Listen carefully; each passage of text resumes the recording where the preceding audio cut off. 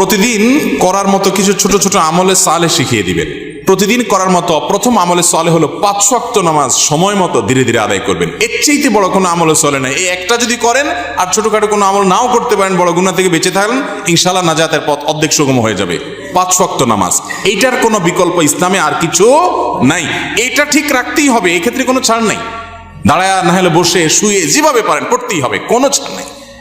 অতএব 1 নম্বর আমল হলো 5 ওয়াক্ত নামাজ পড়বেন। 2 নম্বর হলো সকল বড় বড় মোটা মোটা গুনাহগুলা থেকে বেঁচে থাকবেন। চোখের গুনাহ, হারাম জিনিস দেখা, হারাম জিনিস শোনা, গালমন্দ করা, মানুষের হক মারা, হারাম খাওয়া, এই বড় বড় গুনাহগুলো থেকে বেঁচে থাকবেন। নাম্বার 3, নবী করিম সাল্লাল্লাহু আলাইহি ওয়াসাল্লাম প্রতি বেশি বেশি দুরূদ পাঠ করবেন। আল্লাহুম্মা সাল্লি আলা মুহাম্মাদ ওয়া আলা আলি মুহাম্মাদ, শুধু সাল্লাল্লাহু আলাইহি ওয়াসাল্লাম, দুরূদ ইব্রাহিম যত বেশি পারেন দিনে 10 বার 20 বার পাঠ করবেন।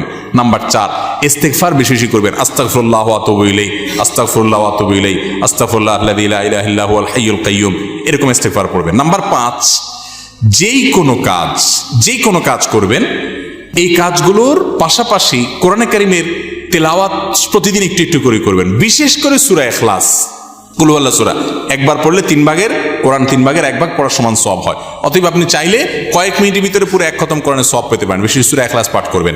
6 নম্বর হলো যত জিকির আছে কোরআন হাদিসে বর্ণিত, এই জিকিরগুলো বেশি বেশি করে পাঠ করবেন। যেমন সুবহানাল্লাহ ওয়া বিহামদিহি সুবহানাল্লাহিল আযীম, তারপর লা হাওলা ওয়ালা কুওয়াতা ইল্লা বিল্লাহ, এটাকে জান্নাতের ভান্ডার বলা হয়েছে। তারপর আপনার দুরূদ ইব্রাহিমের পাশাপাশি অন্যান্য সাধারণ দুরূদ তো পড়বেনই। যত জিকির আছে এর মধ্যে একটা জিকির আছে ইয়া জাল জালালি ওয়াল ইকরাম, বেশি বেশি করে। তাহলে ইয়া জাল জালালি ওয়াল ইকরাম, সুবহানাল্লাহ ওয়া বিহামদিহি সুবহানাল্লাহিল আযীম এবং লা হাওলা ওয়ালা কুওয়াতা ইল্লা বিল্লাহ, স্পেশালি এই 3টা বেশি বেশি জিকির পাঠ করবেন। কোনো মুসলমানকে জাহান্নামে দেওয়ার পর কখনো কি তাকে জান্নাতে দেওয়া হবে? খুব গুরুত্বপূর্ণ একটা প্রশ্ন। একটু আগে যে গোষ্ঠীর কথা বলছিলাম, যারা আমাদের নবীজির হাদিসকে অস্বীকার করে, তারা শুধু কোরআন দিয়ে চলতে চায়। শুধু কোরআনে এত ইনিশিয়েট দেওয়া আছে যে এটা দিয়ে সে চলতে পারবে না। শুধু কোরআন যদি দিয়ে চলতে চায়, কোরআন তারা আমাদের নবী থেকেই পাইছে, এখন নবীর কোরআনটা মানবে, হাদিসটা মানবে না। এটা হলো একরকম মামুর ভাইয়ের আবদারের মতো। তো এই লোকগুলা বলে যে যারা জাহান্নামে যাবে তারা চিরকাল জাহান্নামে যাবে, আর কোনোদিন জান্নাতে যাবে না। এটা ভুল কথা। কোরআনে কারিমে আল্লাহ রাব্বুল আলামিন জাহান্নামীদের বিভিন্ন বিবরণ উল্লেখ করেছেন। অনেক পাপের কারণে জাহান্নামে স্থায়ী থাকার কথা বলেছেন, কিন্তু এগুলো সম্পর্কে খোদ নবী করিম সাল্লাল্লাহু আলাইহি ওয়াসাল্লাম কি ব্যাখ্যা দিয়েছেন, যার পরে কোরআন নাজিল হয়েছে, যাকে আল্লাহ পাঠিয়েছেন আমাদের কাছে, সেটা তারা জানার চেষ্টা করে না।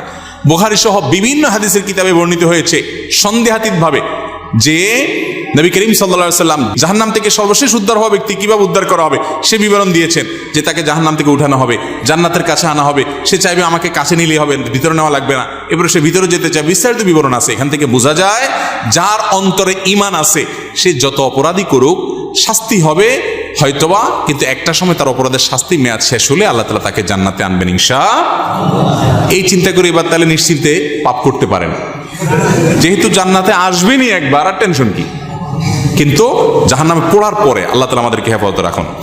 কেউ যদি বেদাতকে সুন্নত মনে করে বা বলে, তার কি ঈমান থাকবে?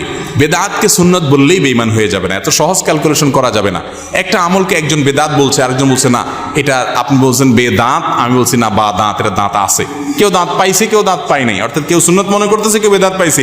এটা নিয়ে ইজতিহাদ বা বুঝের মত পার্থক্য হতে পারে, এর কারণে কেউ কাফের বা মুসলমান হবে না। বেদাত জঘন্য খারাপ জিনিস, কিন্তু এই খারাপ জিনিস কোনটা, এটা বেদাত কিনা আদৌ, এটা নিয়ে সংজ্ঞা নিয়ে ওলামাদের মধ্যে মত পার্থক্য থাকতে পারে।